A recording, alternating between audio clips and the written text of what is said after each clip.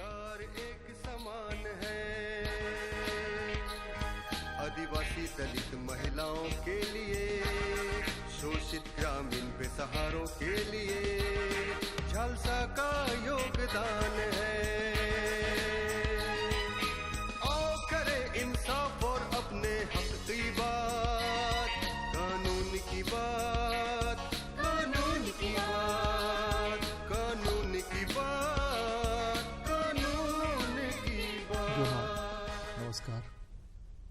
कानून की बात, कानून की बात में हम आपके साथ जब भी बातचीत करते हैं तो उस बातचीत का मकसद सिर्फ यह होता है कि आपको आपके हकों के बारे में बताएं, और जहां आपको लगता है कि इसके आगे आप सिर्फ इसलिए नहीं बढ़ सकते हैं कि आपके पास पूंजी की कमी है, पैसा नहीं है, सामर्थ्य नहीं है, या कोई पहचान नहीं है, पहुंच नहीं है, पैरवी नहीं है,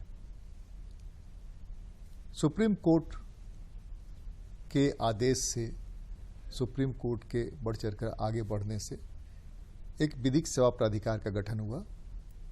विधिक सेवा प्राधिकार का मकसद ही यही है कि आपको आपके हक के बारे में बताए, जताए, और साथ ही जहां लगता है कि आप अब आगे अदालती कार्रवाई में नहीं जा सकते हैं, जो पहले कारण बताए, इन कारणों से उन कारणों को हटा करके, अगर आप एससी हैं, एसटी हैं, महिला हैं, ट्रांसजेंडर हैं, 3 लाख से कम आमदनी है, तो आप मुफ्त कानूनी सहायता पाने के अधिकारी हैं। साथ ही आपके अदालती खर्च को भी विधिक सेवा प्राधिकार उठाएगा। इसके लिए राष्ट्रीय स्तर से लेकर के निचले स्तर तक, जिला स्तर तक विधिक सेवा प्राधिकार का गठन हुआ है। जहां जिले में जिला मुख्यालय है या अनुमंडल में अदालतें हैं, न्यायालय हैं, वहां पर विधिक सेवा प्राधिकार के अधिकारी मिल जाएंगे, जहां जाकर आप अपनी मदद के लिए गुहार कर सकते हैं।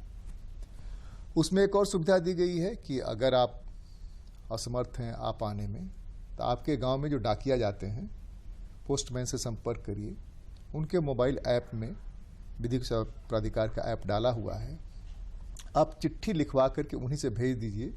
उस चिट्ठी पर एक्शन होने की बात है, कहते हैं कि एक्शन होता है।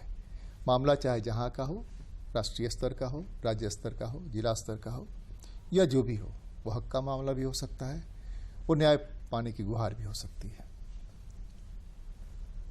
वैश्वीकरण जब से हुआ है, ग्लोबलाइजेशन जब से हुआ है, तब से उपभोक्तावाद बढ़ा है, उपभोग बढ़ा है, और लगभग उसी समय एक कानून बना था, उपभोक्ता संरक्षण कानून। सेवा और माल में अगर त्रुटि मिलती है तो आप कैसे उस मामले में जल्द से जल्द न्याय पा सकते हैं। आज इसी मुद्दे पर हम बात करेंगे। हमारे साथ बात करने के लिए जिला उपभोक्ता संरक्षण फोरम के चेयरपर्सन एस प्रसाद साहब है। स्वागत है आपका। नमस्कार। नमस्कार। एक तो आप बताएं कि उपभोक्ता मतलब क्या है, उसी के साथ आप यह भी बताएं कि उपभोक्ता संरक्षण कानून क्या है। उपभोक्ता का तात्पर्य है जो कीमत अदा करके किसी सेवा को प्राप्त करता है जी, और उससे अधिकार है कि उसकी सेवा अच्छे क्वालिटी की हो। अगर वो कोई सामान खरीदता है तो उसकी क्वालिटी सही हो, उससे अधिक पैसा ना लिया जाए, और अगर कहीं इसमें त्रुटि होता है तो वो उपभोक्ता फोरम में आ सकता है और वहाँ उसका रिड्रेशल किया जाएगा। जी। इस तरह के मामले जब उपभोक्ता को फील होते हैं तो कहाँ जाना चाहिए और कैसे जाना चाहिए, तरीका क्या है उसका? 50 लाख तक का अगर उसका क्लेम है तो वो जिला उपभोक्ता फोरम में जाएगा। 50 लाख से अधिक का है तब राज्य उपभोक्ता फोरम में जाएगा। कुछ मामले जैसे कि सामान खरीदने का मामला है, वो सामान खरीदने का मामला 5 पैसे से लेकर टिकट खरीदने का भी हो सकता है और दूसरे सारे मामले भी हो सकते हैं। बस में हम जा रहे हैं, ट्रेन में जा रहे हैं, तो मामूली सी चीज़ है कि हमको बैठने की सुविधा होनी चाहिए, और बस अगर एसी लिखा हुआ है तो एसी चलनी चाहिए। जी। बस अगर सुपरफास्ट लिखा हुआ है सुपरफास्ट के रूप में चलना चाहिए, लोकल नहीं चलना चाहिए। इस तरह की सेवा में अगर त्रुटि होती है तो इमीडिएट कहाँ उसको संपर्क करना चाहिए, किससे मिलना चाहिए? दूसरे की जो मूल रूप से है वो है जानकारी का अभाव और समय अभाव। लोग यह मानते हैं कि अब जाएंगे तो कोर्ट में जो होता है कि दौड़ते रह रहे हैं, अब यहाँ से हारे तो वहाँ गए, वहाँ से हारे तो वहाँ गए। उस तरह के मामलों में अगर त्वरित चाहे तो त्वरित कैसे मदद मिल सकती है? हमारे देश के नागरिक बहुत छोटी छोटी बातों को लेकर शायद ही मुकदमा में करते हो या किसी रिलेशन के लिए जाते हैं। जब तक कि उनको कोई बड़ा नुकसान न हो या फिर उनके ईगो को टच न किया गया हो, तब तक कोई नहीं आते हैं न्यायालय में या किसी फोरम में नहीं जाते हैं। और इस तरह के छोटे मामले के अतिरिक्त आप देख लीजिए, डेवलपमेंट लगातार हो रहा है। अभी आप ने सुना होगा कि कुछ आयुर्वेदिक दवा गलत पाया गया।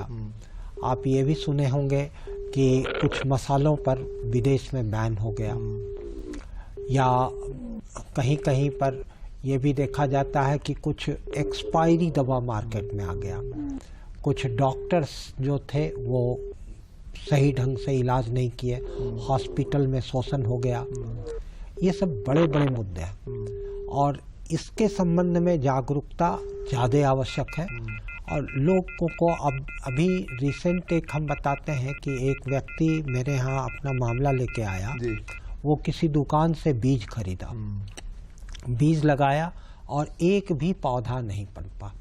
सारा बीज उसका बर्बाद हो गया, उसकी खेती बर्बाद हो गई, जब बर्बाद हो गया। हाँ, जब वो मेरे फोरम में आया तो वहाँ पर उसे कहा गया कि आप जहाँ से बीज खरीदे हैं उस कंपनी को भी पार्टी बनाइए और बीज की जांच कराने के लिए भेजिए। तो उसके पास में बीज था नहीं, सिर्फ पैकेट था उसके पास बचा हुआ। तो जहाँ कहीं इसको किसी प्रयोगशाला में जांच की आवश्यकता हो, वहाँ पब्लिक में ये जागरूकता होनी चाहिए कि हम इसकी जांच कराएं। इस संबंध में अब मिठाई का दुकान से मिठाई खरीद रहे हैं, खराब मावा का मिठाई आ रहा है, तो वहाँ पर उसको जांच के लिए भेजा जाए, सीज करें। इस सब तरह की जागरूकता आवश्यक है। और जो जो उपभोक्तावाद बढ़ते जाएगा, जो जो प्राइवेट सेक्टर का विकास होगा, उपभोक्तावाद बढ़ेगा। और हम लोग अगर क्वालिटी प्रोडक्ट चाहते हैं तो जागरूकता बहुत आवश्यक है।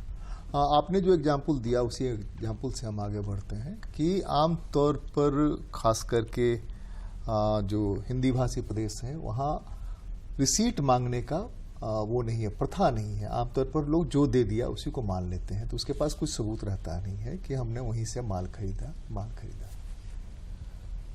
दूसरा ये कि जिस तरह से उसने बीज खरीदा उस तरह की कई घटनाएं रांची में पहले हो चुकी हैं, जिन मामलों में बीज फसल तो हुआ ये दाने नहीं आए, फसल लहलहाता हुआ निकल गया, दाने नहीं आए। इस तरह के मामले सरकारी स्तर पर पकड़े गए, कंप्लेन में जांच भी हुई, लेकिन जांच रिपोर्ट में कहीं किसी का कुछ नहीं हुआ, कुछ दिन तक सस्पेंड रहा, सारे के सारे लोग फिर आ गए। उस किसान का इसलिए कि किसान के पास लड़ने का सामर्थ्य नहीं था, लड़ने का समय नहीं था, दोनों चीजें थी। और किसान को यह पता भी नहीं था कि हम अपने सामर्थ्य को विधिक सेवा प्राधिकार की मदद लेकर के, वहाँ एक पावर हाउस है, वहाँ से रिचार्ज होकर के हम कैसे चीज़ों को आगे बढ़ सकते हैं। इस तरह के मामले भी अपने यहाँ बहुत ज़्यादा है। इसलिए कि हम दवा खरीदे, कितना हुआ जी, इतना हुआ, दे दिए ना, हमने उसमें प्रिंट देखा कि एक्सपायरी है कि नहीं है, मैन्युफैक्चरिंग कहाँ की है। और दवा से अगर नुकसान हो रहा है तो उस नुकसान को डॉक्टर कह रहा है ठीक है ऐसा हो रहा है तो आप ऐसा करिए कि कोई ऐसा एंटी एलर्जी खा लीजिए।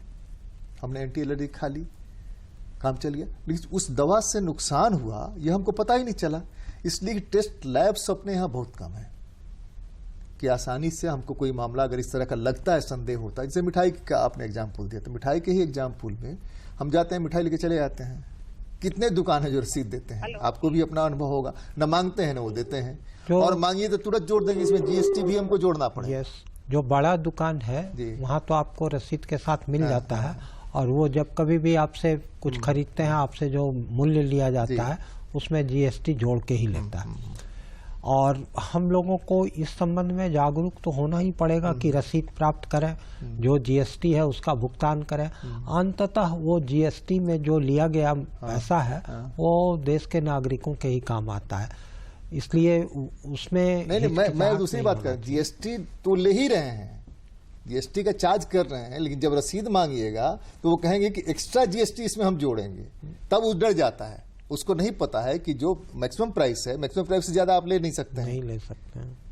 तो आप उसमें कह रहे हैं, तो जानता नहीं इस बात को। ये अवेयरनेस लगातार आज हम यहाँ दूरदर्शन पर अपनी बात कर रहे हैं, कभी रेडियो स्टेशन कर रहे हैं, तो ये अवेयरनेस धीरे धीरे बढ़ेगा। पहले जब मैं यहाँ ज्वाइन किया था तो केस फाइलिंग महीने में 5, 7, 8 होता था, लेकिन अब महीने में करीब करीब 25 केस फाइल हो रहा है और डिस्पोजल करीब करीब 40 हो रहा है, जो पुराना पेंडेंसी है और नया मिला के। इसका अर्थ है कि जागरूकता तो आ रहा है लोगों में। नहीं, ये मैसेज जा रहा है कि यहाँ हमको न्याय मिल रहा है और त्वरित न्याय मिल रहा है, इसलिए जिनको ये सूचना मिल रही है वो जा रहे हैं आपके। जागरूकता बढ़ी नहीं है, जागरूकता अभी वहीं रुकी हुई है, वो चींटी की गति से धीरे धीरे धीरे बढ़ रही है। जागरूकता तो इस बढ़ी है। अब मैं इसका एक और उदाहरण देना चाहूँगा। कुछ बच्चे आजकल तरह तरह के ऐप हैं और ट्यूशन दिया जाता है। कुछ एडुकेशन संस्थान जो हैं वो कंज्यूमर एक्ट में नहीं आते हैं, स्कूल कॉलेज वगैरह कंज्यूमर एक्ट में नहीं है, लेकिन ये जो ट्यूशन देने वाले हैं या ऐप से पढ़ाने वाले लोग हैं, ये लोग उसमें हैं और ये लोग झूठ बोल के कुछ अलग तरह का आश्वासन देके इन लोगों को, बच्चे लोगों को फंसाते हैं और बाद में उनको प्रॉपर एजुकेशन या प्रॉपर कोचिंग नहीं मिल पाता है। तो उस तरह के केसेस भी आ रहे हैं और उस तरह के लोग यहाँ आ रहे हैं। एक आध दो मामला ऐसा भी है कि कहीं सोना खरीदने के लिए गया, रसीद भी दिया उसको और रसीद के बाद उसमें जो हॉलमार्क होना चाहिए 22 कैरेट के जगह वो 18 कैरेट 16 कैरेट का सोना दे रहा है। बाद में वो पकड़ाता है और फंसता है। तो ओवरऑल अगर यदि आप अपना एक विकसित समाज चाहते हैं तो ये अवेयरनेस तो लाना ही होगा। नहीं, आपके बात से हम इत्तेफाक रखते हैं। हम ये कह रहे हैं कि जो न्यू कंज्यूमर है, यानी कि युवा, बड़ी संख्या में न्यू कंज्यूमर हुआ है, ऐप से बहुत सारे अपने खरीदारी कर रहा है। जो बड़े हैं वो भी कर रहे हैं। सबसे ज्यादा खरीदारी आजकल ऐप से हो रही है, इसलिए कि वो कुछ सुविधाएं प्रोवाइड कर रहे हैं। उन सुविधाओं में ये है कि आप 2 बार 3 बार जितने बार चाहे माल बदलने, अगर आपको शिकायत है। कुछ करते हैं इसी में बदमाशी करते हैं कि नहीं हम नहीं बदलेंगे, कुछ डिब्बा भेज दिए, वहां दिखा दिए कि डिब्बा आपको दिया। इस तरह के मामले तो बनते हैं। जैसे कोचिंग इंस्टीट्यूट का आपने कहा, हमने अपने बच्चे का एडमिशन तो वहां करा दिया, ट्यूशन के लिए टीचर रख दिया। हम इतने अवेयर नहीं है कि बच्चे को साइंस पढ़ रहा है, आर्ट्स के रहे हैं, कॉमर्स के रहे हैं, हमको नहीं पता है वो क्या पढ़ा रहा है, नहीं पढ़ रहा। बच्चा जो पढ़ रहा है नहीं पढ़ रहा है, लेकिन वो फोटो जो छापता है समाचार पत्रों में और टीवी पर जो विज्ञापन देता है, हम तो विज्ञापन से खुश होकर के वहां जाते हैं। या 2, 4, 10 लोगों ने कहा कि अरे देखिए वहां इतना छपा हुआ था, इतना लोग ये कंप्लीट कर गया, इतना लोग वो कंप्लीट किया था, अपने बच्चे को भेज दिया वहां। भ्रामक विज्ञापन से तो माननीय सर्वोच्च न्यायालय भी मना कर रहा है, भ्रामक विज्ञापन नहीं आना चाहिए। अभी आप पतंजलि के केसेस में लगातार सुन रहे होंगे, भ्रामक विज्ञापन आता ही है। अब उसी कोचिंग संस्थान की बात को आगे बढ़ाते हुए कहना चाहेंगे कि आदिवासी बहुल क्षेत्र है ये जी। यहाँ पर कुछ आदिवासी बच्चों को कोचिंग संस्थान ने अपने यहाँ बुलाया और उसको लोन दिला दिया और कहा कि हम एजुकेशन देंगे। अब जो बच्चे अंग्रेजी माध्यम से पढ़े नहीं हैं या जिनकी अंग्रेजी कमजोर है, अब वो अंग्रेजी माध्यम से पढ़ाना शुरू किए, बच्चा उसको समझता ही नहीं है। तो इस तरह से वो परेशानी में पड़ गया। आप छोड़ना चाहता है तो छोड़ नहीं पा रहा है। ये सब जानकारी में आना होगा। कुछ बैंक है, कुछ आपके जो अनवित्तीय संस्थान है वो लोन देते हैं, लोन का रेट एग्रीमेंट कुछ अलग तरह का हो गया। जब परेशान हुए लोग लौटाना चाहे फिर भी उनको परेशानी हो रहा है, क्रेडिट कार्ड से संबंधित परेशानी हो रहा है। तो इन सभी परेशानियों के लिए जब तक आप उपभोक्ता फोरम में आएंगे नहीं, उसको लिटिगेशन में नहीं लाएंगे, तब तक ये शोषण रुकेगा नहीं। अब जैसे सिल्वर कार्ड या गोल्डन कार्ड देने की बात होती है बैंक्स के तरफ से कि भाई क्रेडिट कार्ड में ये सिल्वर कार्ड है और ये लेकर जाइए और वो आप खरीदारी करिए, इतना खरीदारी करेंगे, आप कुछ नहीं लगेगा, इतना के बाद करेंगे तो इतना दिन में लौटा दिए तो नहीं हो। तो वो कह तो दिया, लेकिन जब पेमेंट करने का मामला होता है देखते हैं, अरे तरीके हम तो ठगे गए, हमने क्रेडिट तो ले लिया, उस पर इसने इंटरेस्ट भी जोड़ लिया, जबकि कहा था कि 2-3 महीने में अगर हो जाएगा। और हमारी लालच बढ़ती जाती है, इसलिए कि हमारे पास खरीदने के लिए कार्ड है और ललचने के लिए इतने सारे भ्रामक विज्ञापन है कि हम ललच जाते हैं। क्रेडिट कार्ड लेते समय सावधानी रखिए कि आप अगर एफिशिएंट हैं, आप अगर कंप्यूटर या नेटवर्किंग से भली भांति परिचित हैं, तो उसका अच्छा उपयोग हो सकता है। अदरवाइज अगर आप उस संबंध में जागरूक नहीं हैं तो उसमें कभी कभी फ्रॉड भी हो जाया करता है। दूसरा है कि आप क्रेडिट कार्ड किस संस्थान का उपयोग कर रहे हैं, इस पे भी निर्भर करता है। वित्तीय संस्था कौन सी है? कौन सी संस्था है? अब रेपुटेड बैंक जो है उसमें प्राय इस तरह का कोई परेशानी नहीं होता है। ठीक है। रेपुटेड बैंक में जो प्राइवेट बैंक्स हैं उसमें कई लोगों की ये शिकायतें रही हैं, अखबारों में भी आई है, दूरदर्शन में भी, टेलीविजन में भी आया है कि वहाँ भी इस तरह गड़बड़ियाँ होती है। देते समय तो बहुत सारे ऑफर रहते हैं, लेकिन जैसे ही शुरू कर देता है अपना लेना या नहीं लिया, अगर वो खरीदारी नहीं कर रहा, क्रेडिट कार्ड तो ले लिया, नहीं लिया तो उसको दबाव उस पर से कि नहीं खरीदेंगे तो ये हो जाएगा, नाक से खून आना एक बहुत ही कॉमन बीमारी होती जा रही है कि हमको करना क्या चाहिए।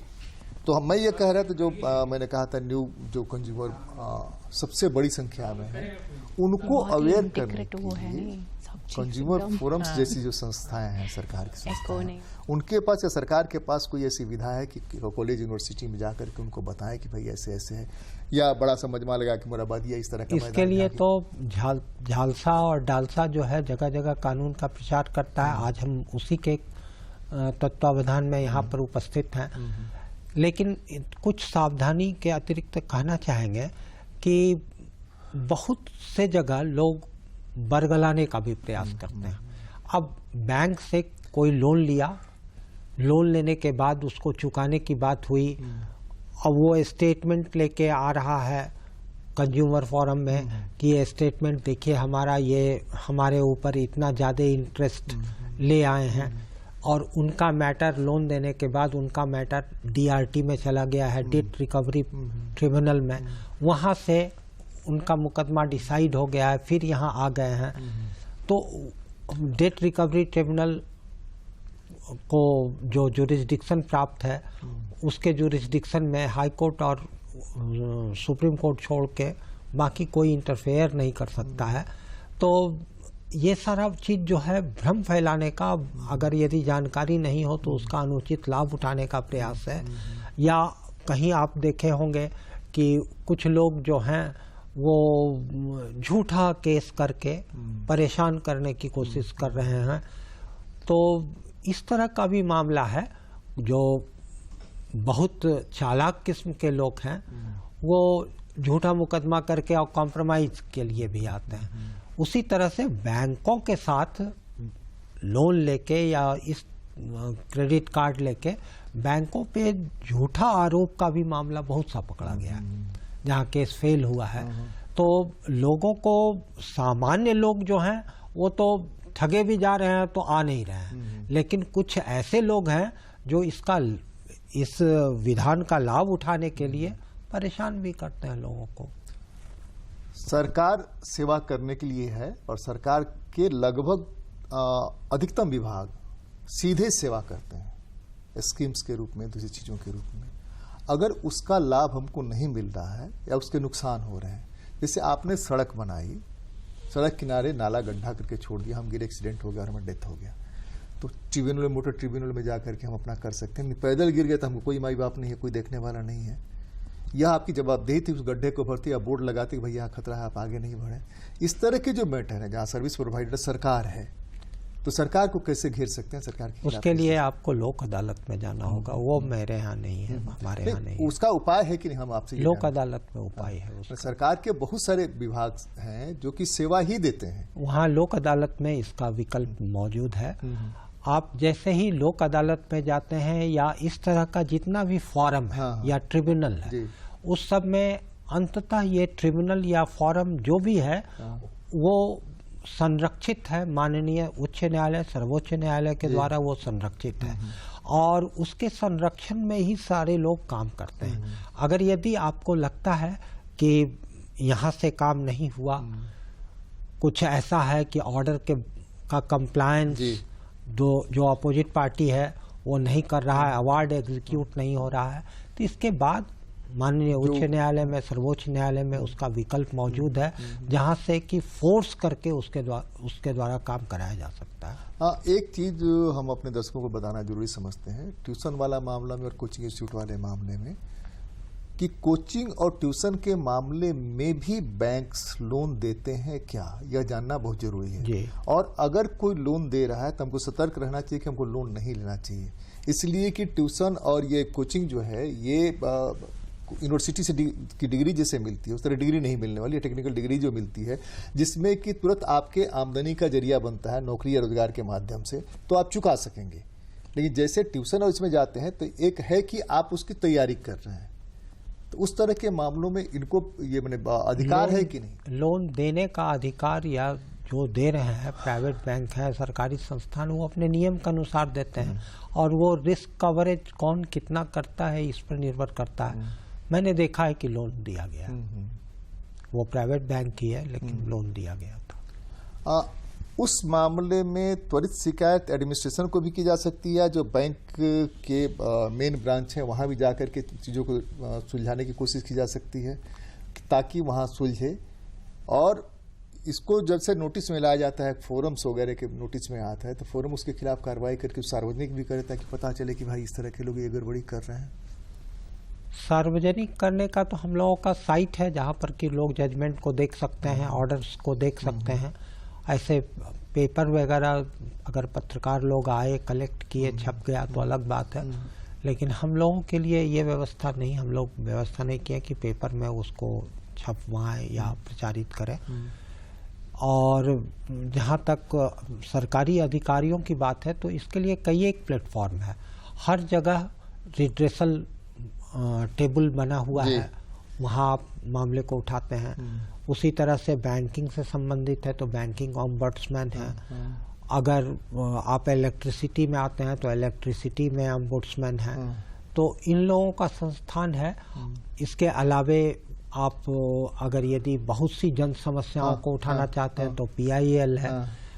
विकल्प अनेक है, आपके चुनने पे निर्भर करता है कि आप कौन सा विकल्प चुनते हैं। अब एक चीज और बता दिया जाए कि आपके यहाँ पहुंचने के लिए क्या क्या डॉक्यूमेंट चाहिए जिसके आधार पर मामला वहाँ ये दायर किया जाता है? आपके आइडेंटिफिकेशन के लिए आधार कार्ड चाहिए, आपका आवेदन चाहिए, ऑनलाइन होता है, आप ऑनलाइन आइए और कर दीजिए, अप्लाई कर दीजिए।